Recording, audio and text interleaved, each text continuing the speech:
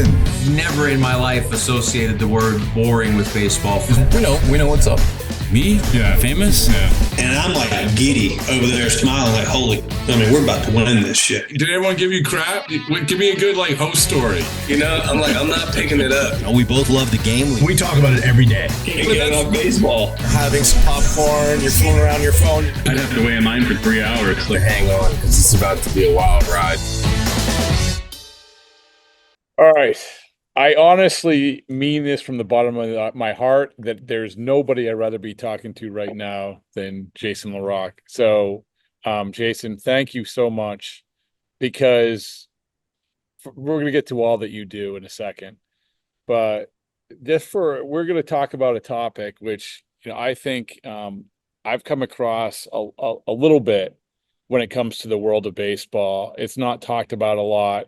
And this is sort of going to segue into just some of the great things that you're doing. And that's obviously for what I'm talking about is mental health in baseball. And mental health it's a very, very wide topic, but a very, very important one in so many ways. And since we're, a baseball podcast, we're sort of zeroing in on this, but you, Jason, have taken it to many, many levels, but you do have a background with baseball, and I've been talking a long, long time without saying, how are you? How are you doing?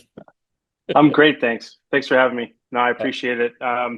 It's nice catching up with you at Starbucks often, but this is a different forum for our conversations, but I appreciate you taking the time. I know you're a busy person, and I appreciate the friendship and I appreciate the connection.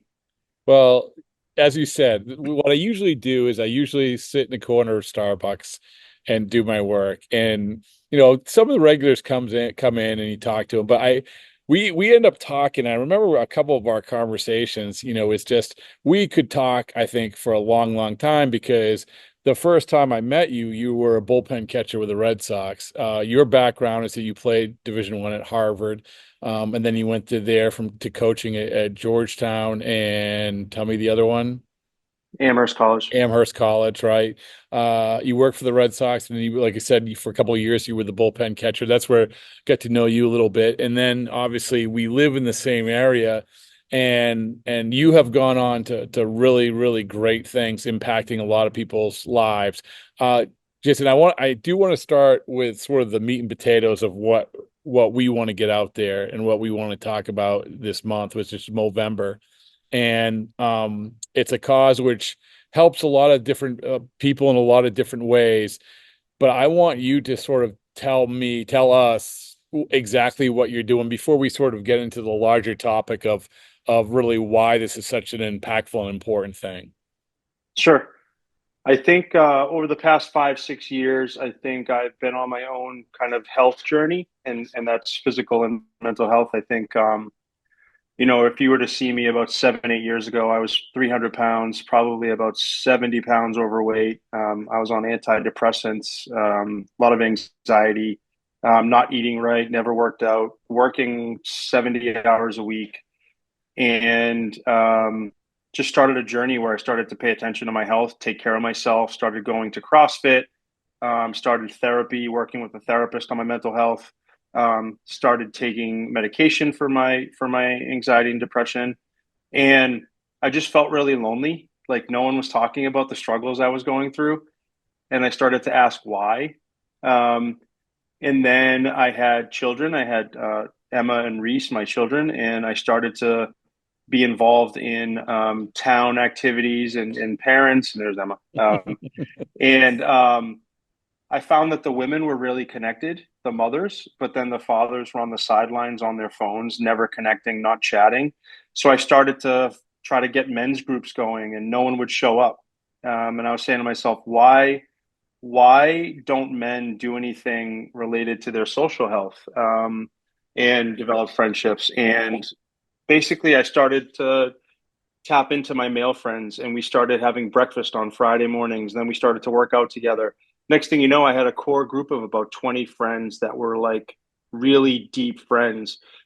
And it all started to play together. So the physical health, the mental health, the emotional health, I lost weight. I felt better about myself. I started getting fitter physically.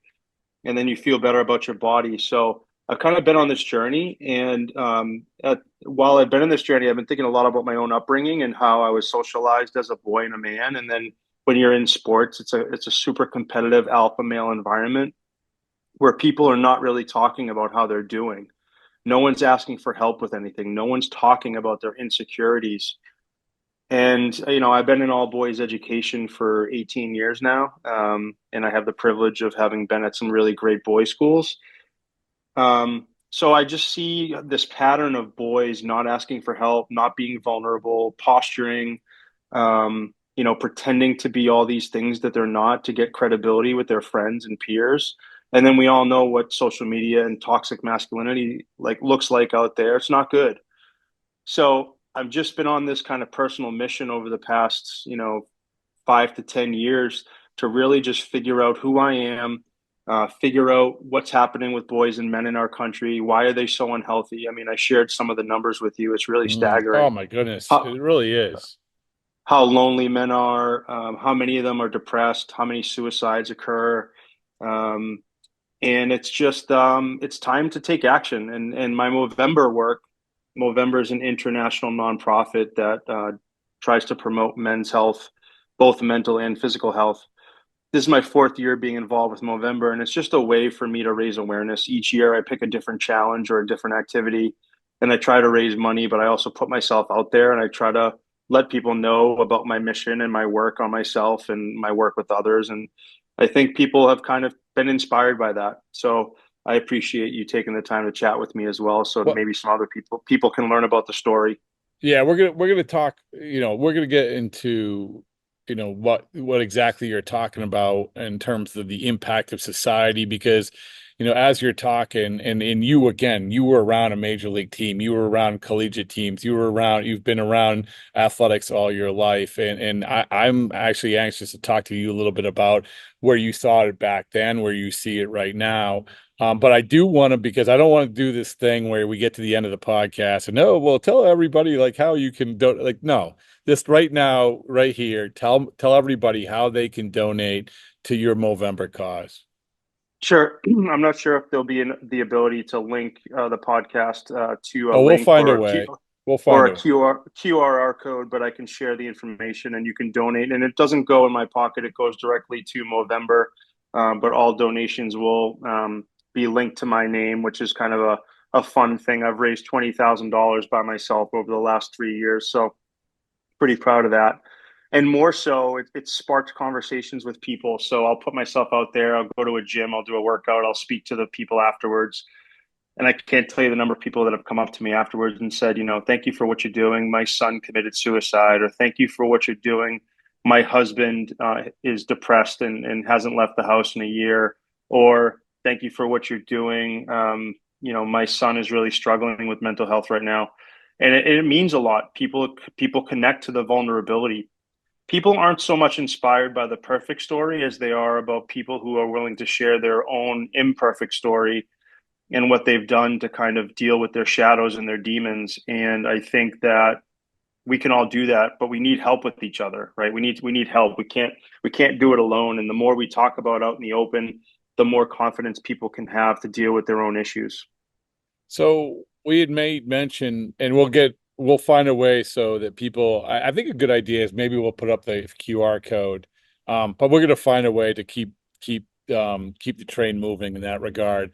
But as you Sure. said, I mean, you had sent a bunch of facts and figures, and I'll try to surface that as well. A couple of them though jump out to me when I'm reading through them. And maybe this is just me. I mean, I don't know, but men account for roughly 75% of successful suicides.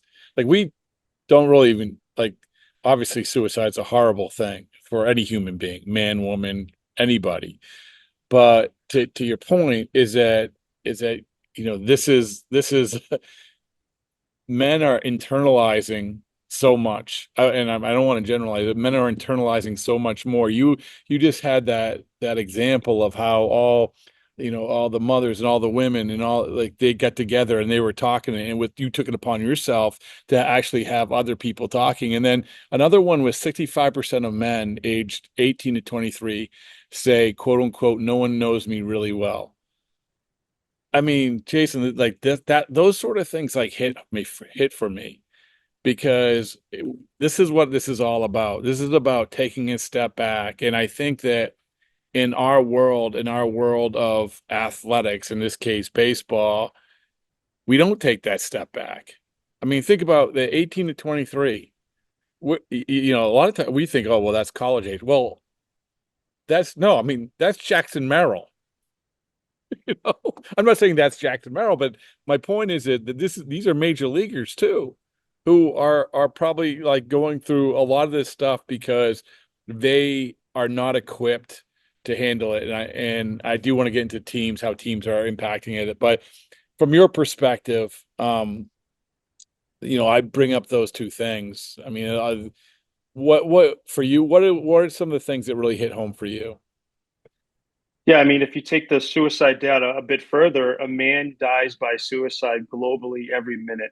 Oh, uh, And that's a preventable death, right? That's not a train accident. It's not a deathly fall. I mean, these are things that are preventable just by showing some grace and some vulnerability and some compassion and helping boys to love themselves no matter what. So that's heartbreaking. I think the second thing about the not being known by anyone, I mean, you look at professional baseball players from the Dominican leagues all the way up to, AAA and AA right now. So, I'm sorry, the major leagues. A lot of those guys are living on their own for the first time, right? They're out of a college campus with roommates. They're not in high school anymore. What are they doing for support? How are they checking in? Are their teammates checking in? Is there a culture in their organization around mental health and asking for help? Do they have resources? Do people in clubhouses know what to look for if someone's struggling? Because men are not going to tell you. So you have to look for certain clues like not responding to texts, like not eating at meals, seeming like present but not engaged. I mean, these are all things where you have to know what it looks like when men are not doing well because they're likely not going to tell you. And one of the things I try to work with boys and the men I work with is that accountability is not shame and punishment. So, the way guys hold each other accountable typically is they give each other shit, right? They're like, hey, they bust balls or whatever they call it. To me, we need to move to an accountability system that's rooted in love. So it's like, hey, man, I haven't seen you at the gym in 3 days. You doing okay? Or, hey, I texted you 6 times last week. You didn't respond. I'm just checking in. Can we meet for a coffee? Or in the clubhouse, hey, you missed the team lift today. I'm just texting you. Is everything okay?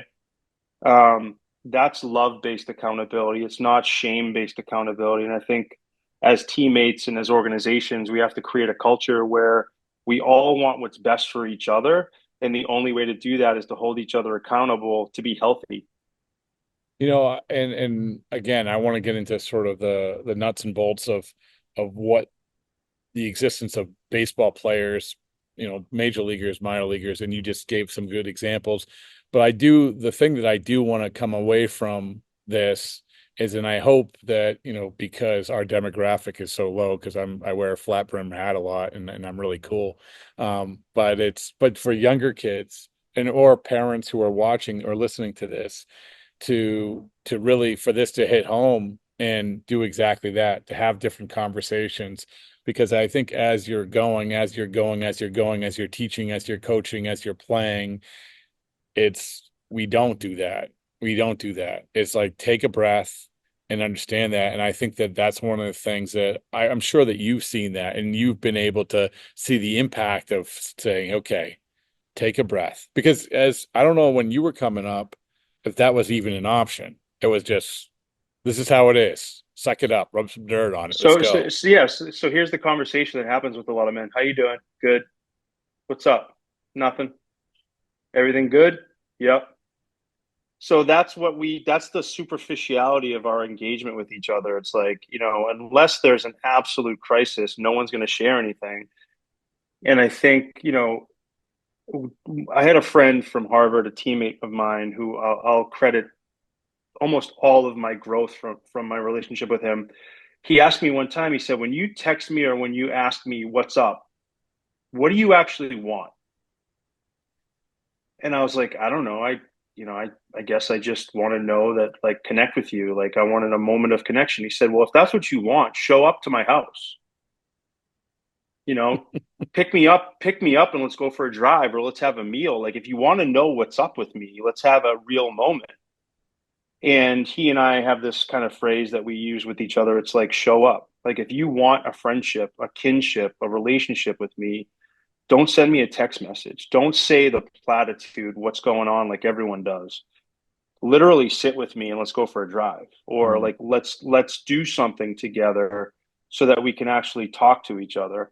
And I think that's really what it is. It's like we need to sit with each other and listen and ask questions that are meaningful and go beyond the superficial stuff. Because then when you trust people and you have the depth of that relationship, then you can share stuff, then you can get a little vulnerable. I cry with my friends. We have this saying, some of us, where it's like, I need 8 minutes, and 8 minutes is like a code word for like, stuff's about to hit the fan and I need you to listen to me right now. Can you pick up the phone? Mm. And I think, like, my life is enriched by those male friendships. My wife, my kids, they will love me no matter what. Their love's not going anywhere. Where I feel the most connected and grounded is with the friendship, the love of my friends, because that's a variable in my life. Unless I do something really wrong, my kids and my wife are going to love me the same every day. So for me, it's like, what can I do to strengthen the bond with my male friends? Because that's the variable. What And I'm what sure, I know a lot of the Red Sox from like my years with them, 05, 06. We're all in our late 40s, early 50s, early 40s if they were really young. But it's like, what are they doing now that they're out of the game for their male oh, friendships? So much of your friendships when you're in a locker room in a clubhouse is the teammates. And then when that's gone, if you're not coaching anymore, what are you doing for your male friendships? well, it's in like you said, you were in the middle of these major league clubhouses of those years. And I'm really interested to sort of get your perspective of what it was looking back, what it was like. I mean, most teams now have multiple mental performance coaches, and those people do different things in different ways. But back then, it just wasn't happening. I mean, it just wasn't happening. And also, what also wasn't happening was an openness. And I mean, I'm speaking for for you because you were in it more than I was. I was on the outside as a reporter. But when you look back at those years, you say, wow, wow, that really, really probably wasn't, for lack of a better term, healthy, right? Yeah, I mean, where I saw vulnerability in the clubhouse was with the guys that did Bible study. There was a core of guys that would take time, and it doesn't mean that Christians are more in tune with their emotions than non-Christians, but it was just a space where guys on the team, 7 or 8 of us would get together on the road or at home, and we'd have a Bible study, or we'd have a chaplain come in and give a talk or a sermon, and people share a little bit. I mean, those were the, like, so far outside the norm of the space in a clubhouse. And then where I would see it too is like on the road, guys would just go hang out in hotel rooms, late at night, talk about the game, talk about the day, sit around, watch TV, and just kind of blow steam a little bit. But there really wasn't a whole lot of talking, processing, those types of things. And I think that, back when I was there in clubhouses, the sports performance psychologists it was really about performance, what's getting in the way of you not performing on the field. And I think now there's more, life is more complex. It's not just performance on the field. It's like everything else in your life. How can you make sense of everything that's happening in your life so that when you do step foot on the field, you feel at peace with everything else going on in your life? That to me, it's like, maybe we need sports psychologists, but we also need like mental health therapists that are not affiliated with the club so that they can, you can work on your stuff so that when you show up in the clubhouse, you're already healing from whatever trauma, whatever problems you have, whatever addictions. You've already done that work away from the park so that when you show up, yes, now I'm ready to talk about my performance. But if you haven't done the work related to everything else in your life, how can you go in there and talk about performance with a full focus and presence? So I think it's a little bit of both now. Well, it's also, I think there's a vulnerability that is very difficult in that setting. And bear with me. So I look at, believe me, I'm not going to get into politics, but I always thought baseball was the least political sport. And the reason why was because when you walk into that team, when you walk in that clubhouse, you have to be around these guys more than you have to be around your family. And so why would you bring up a subject which you probably know you aren't going to change the guy's mind and you're going to argue for the next 7 months about? And so along those lines is that if you're the reluctance to be vulnerable is if you're vulnerable in that setting, it's well, you have to walk in that clubhouse tomorrow and the next day and the next day and the next day, and you don't want to. And I think that probably along the lines of what you're saying that the Bible studies and even I know of players who were Christians and there was a reluctance. It's a hard place to be different, right? It's hard. You want to go along to get along because you're with these guys a lot. And so what I'm coming back to is just this vulnerability to do all the things that we're talking about. It is so hard, or has been, I think, up until recently, so hard in any, not only a major league clubhouse, but really any sort of baseball team setting, right? Yeah, I mean, one of the things that I was most shocked about with my time with the Red Sox, I was kind of an outsider. I wasn't brought up in the professional world, the game, professional level. I was struck by how insecure a lot of the athletes were at the time. I don't know if it's still the case now, 20 years later, but these are multi-million dollar athletes go out and they perform in front of 40,000 people all the time.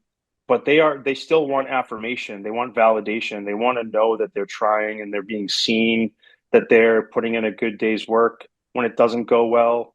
So part of my job as a bullpen catcher was to help manage the psyche of the pitchers.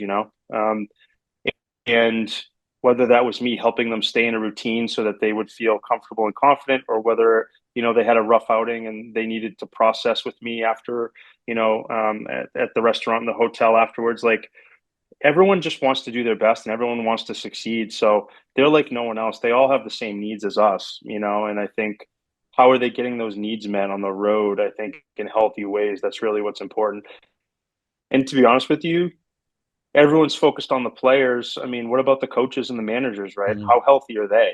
How much space do they have to be vulnerable? There's a lot of ego management in the major league clubhouses, and like part of that ego management is like respect of masculinity, right? Uh, so I think sometimes the coaches and the staff, they need just as much work as the players do. And so we go to the modern day, and guys are now going on the injured list for anxiety, which it was a few years ago would have been unheard of.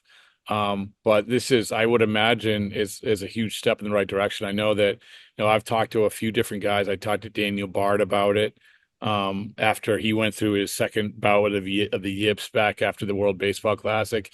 And this year I talked to Chris Martin, and Chris Martin was a guy who, for better or for worse, I mean, he's sort of the last guy.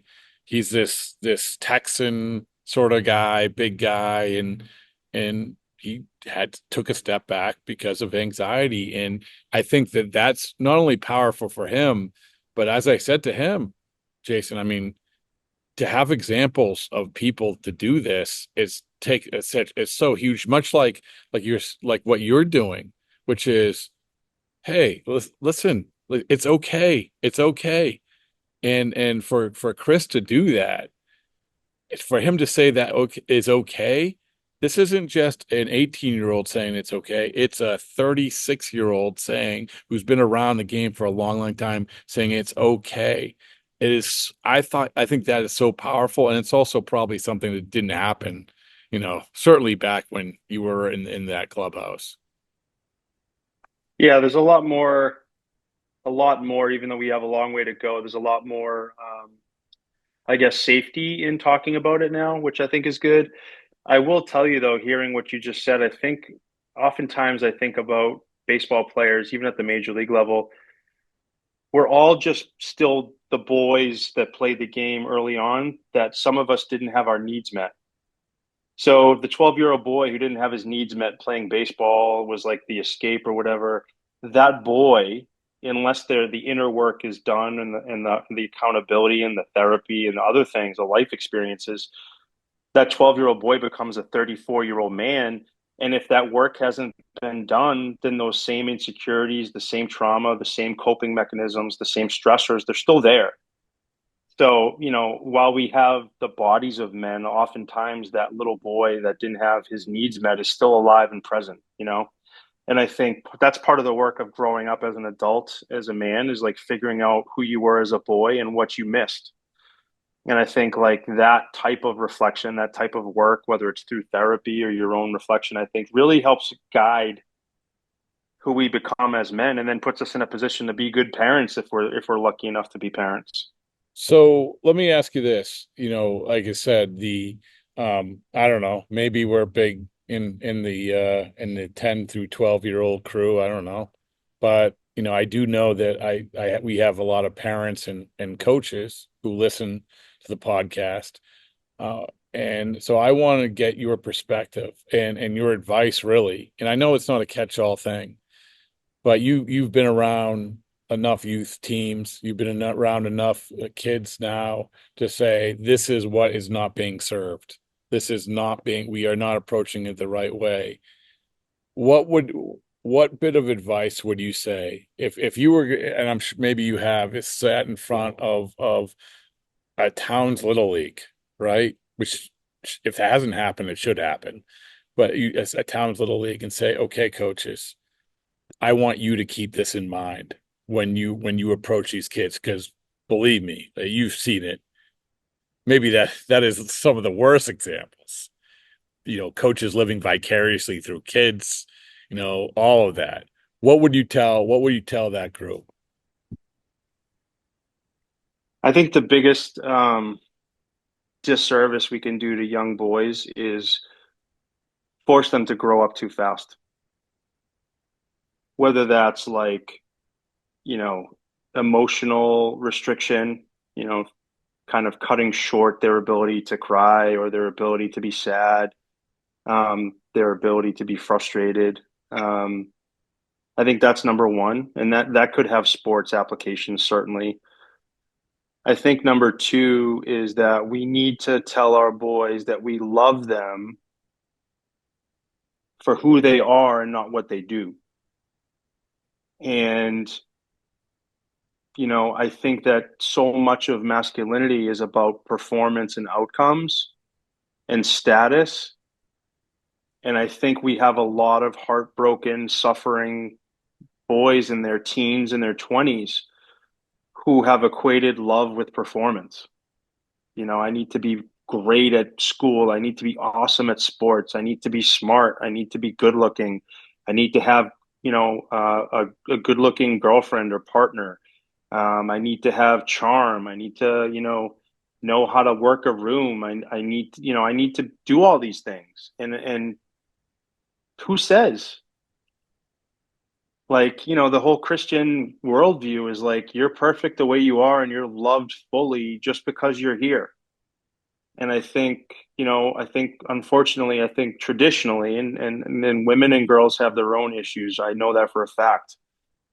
But I think traditionally, women and girls just receive a little more love and care. And I think boys are often neglected and stunted through the lack of care and concern for them. And I think we try to rush them through their childhood too quickly, and then they lose out, and that boy who doesn't get to receive hugs and love and care and cuddles, like, he's going to be the 24-year-old that just wants to be loved, cuddled, and cared for. So, that's my biggest advice. And whether that has anything to do with sports or not, I'm not sure.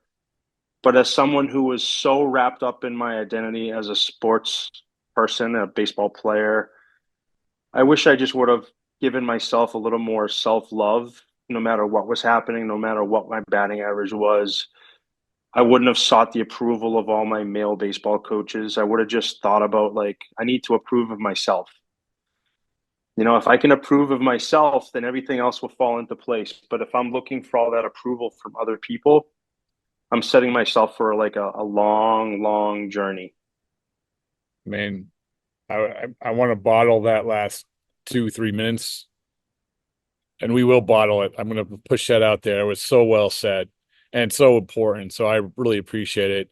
I'm going to give you this platform just to say, like, and once again, I want you to tell any direction that you want to send people, anything that you're doing, how they maybe contact you, anything at all. I want to allow you this platform just to scream from the mountaintops of anything that you want to get out there.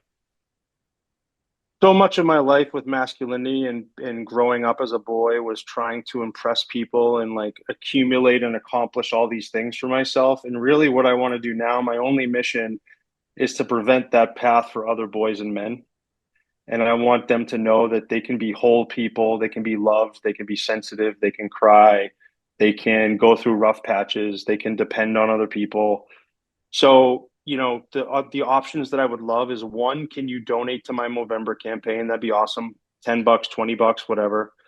Secondly, if you think my message and the way I speak about men and boys would be beneficial for a team or a school or a crowd, an organization, I'd love to work with boys and men, moms of boys, dads of boys.